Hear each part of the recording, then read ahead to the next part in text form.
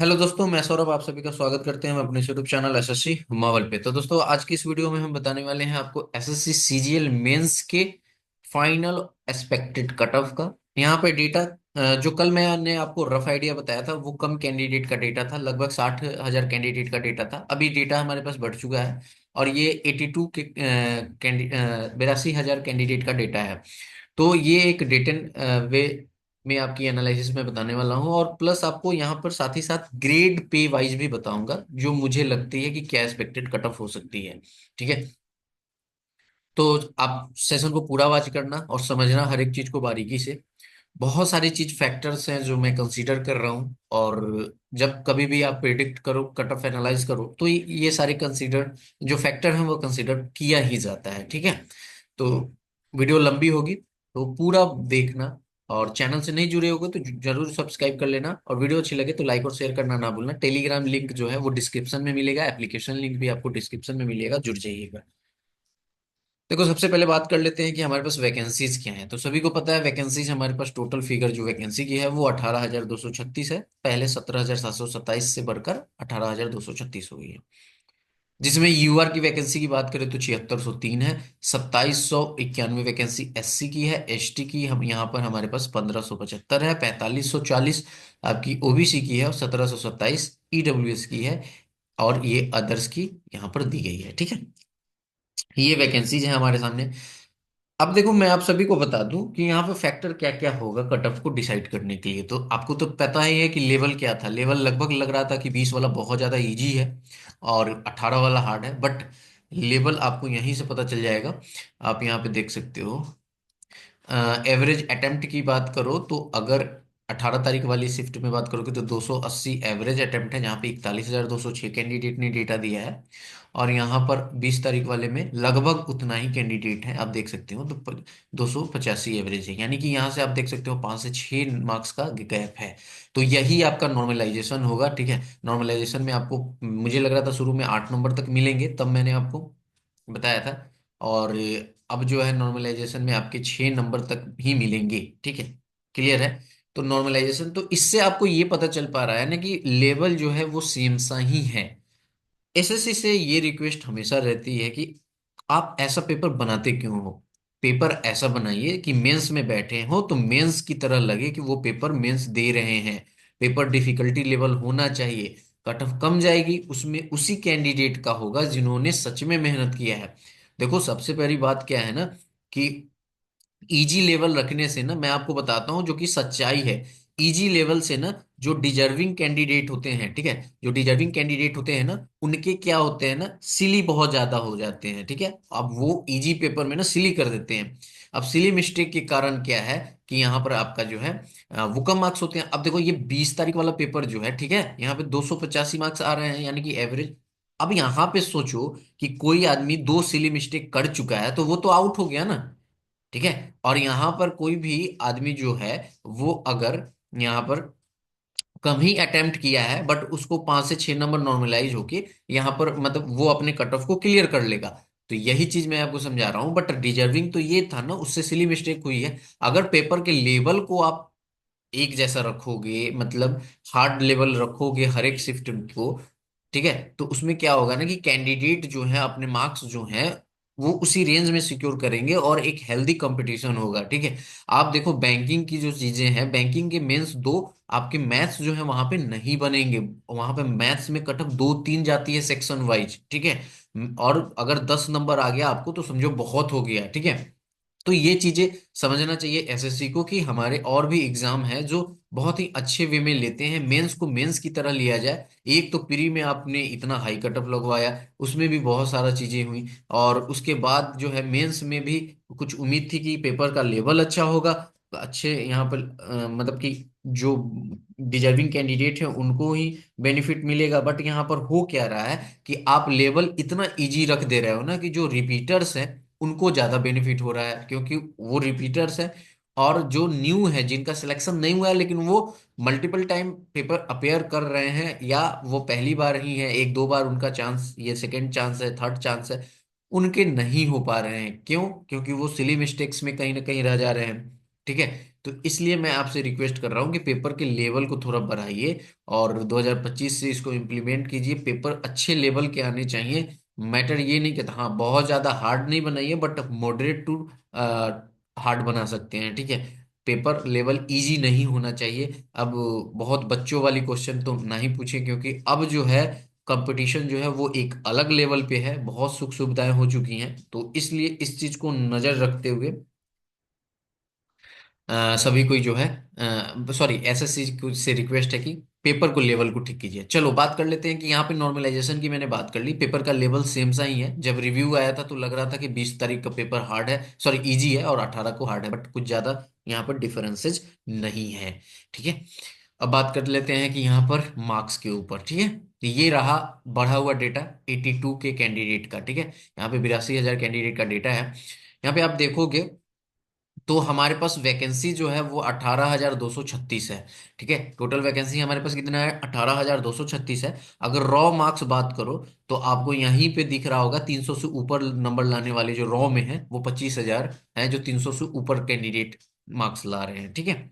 यहीं पे अगर आप नॉर्मलाइज में देखोगे तो 29,000 हो जा रहे हैं, जबकि हमें चाहिए 18,000। अगर आप रॉ यहाँ पर ये देखोगे 310 वाले में, तो 17,000 आपको कैंडिडेट दिख रहे हैं जो कि आपके यहाँ पर नॉर्मलाइज में है। और हमें चाहिए कितने, 18,236 ओवरऑल, ठीक है।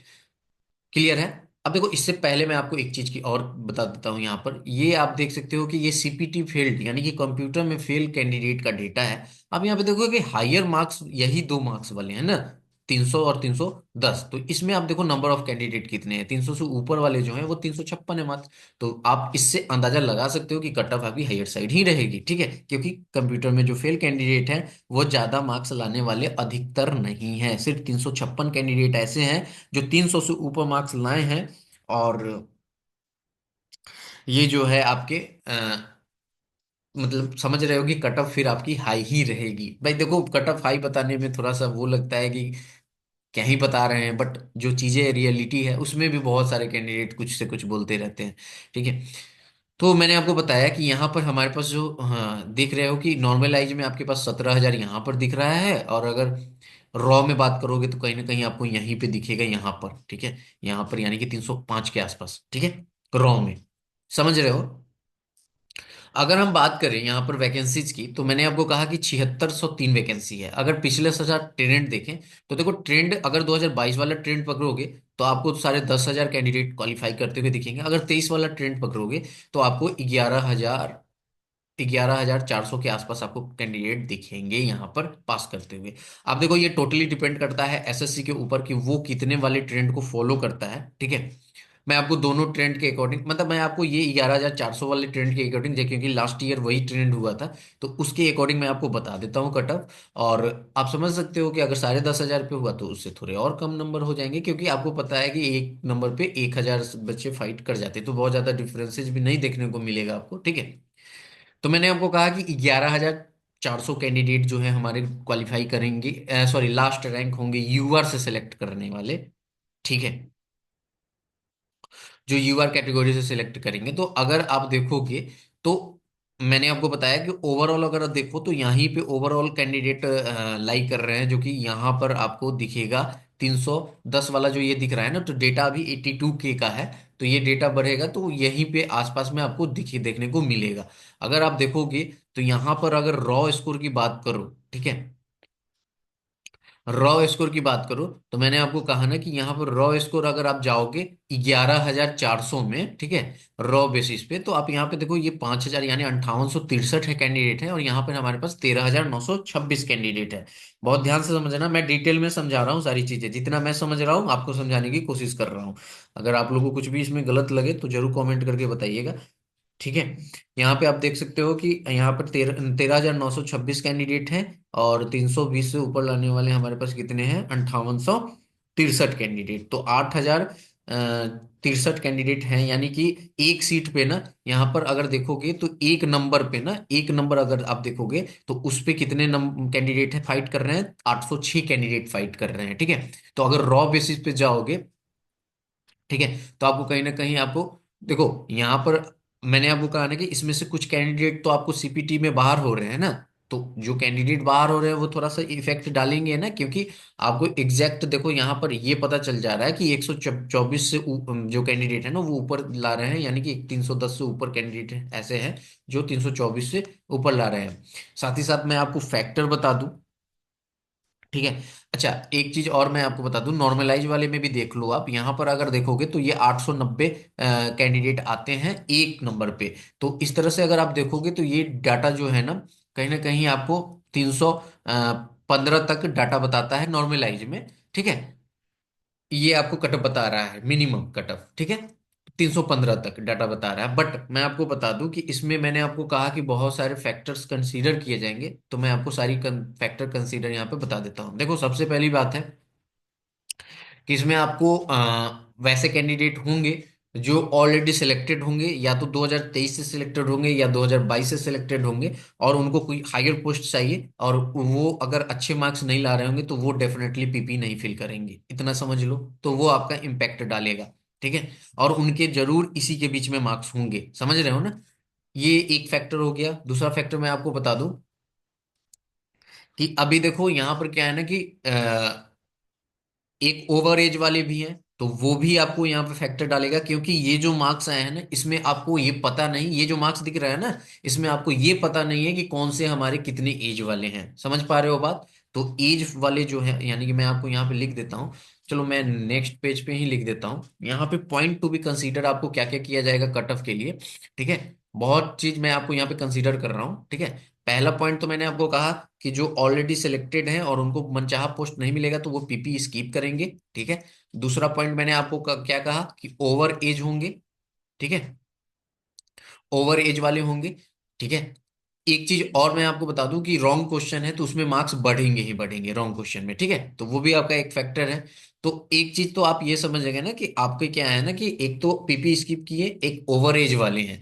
तो मैं आपको क्या समझा रहा हूँ कि ये जो आप मार्क्स देख रहे हो ना इसमें पर्टिकुलर कोई आपका एज नहीं लिखा हुआ है कि 310 वाले जो है वो इतने एज वाले इतने कैंडिडेट है जो 310 से ऊपर नंबर ला रहे हैं, कुछ ऐसा नहीं है स्पेसिफिक। तो ये सारे चीज आपको कंसीडर किए जाएंगे, और इन सारी चीजों को देखते हुए मैं आपको कटअप बताने वाला हूँ कि कटअप क्या जा सकती है। डेफिनेटली कटअप आपकी हाई है, मैं जो कटअप बताऊंगा वो लो कटअप तो नहीं है। बहुत लोग को लगेगा अभी भी ये लो ही है, बट मुझे पता है कि लो नहीं है, क्योंकि मैंने आपको कंसीडर बता दिया है कि क्या क्या चीजें फैक्टर्स मैंने कंसीडर किए हैं, ठीक है। तो ये चीजें भी आप समझ जाओ। तो अगर फाइनल कटअप की बात करो तो देखो 2400 ग्रेड पे के लिए ना आपको यहाँ पे 313 मार्जिन, आपको यहाँ पे +- 3 की दिखेगी सारे में, ठीक है। तो 313 नंबर चाहिए, ओबीसी के लिए 310, ईडब्ल्यूएस के लिए 308, दो एससी के लिए 290 और एसटी के लिए 275। वहीं 2800 ग्रेड पे की बात करें तो 316 आपकी यूआर के लिए, 313 ओबीसी के लिए, 311 ईडब्ल्यूएस के लिए, 295 एससी के लिए, 285 एसटी के लिए। अगर वहीं पे ग्रेड पे 4200 की बात करें तो 320 आपके यहाँ पर यूआर के लिए, 318 आपके ओबीसी के लिए, 316 ईडब्ल्यूएस, और 300 यहाँ पर एससी के लिए 300, और एसटी के लिए आपके यहाँ पर 290। अगर 4600 ग्रेड पे की बात करो तो 325 आपके यहाँ पर यूआर के लिए, 323 आपको ओबीसी के लिए, और ईडब्ल्यूएस के लिए 321, 305 एससी के लिए, एसटी के लिए 295, ठीक है।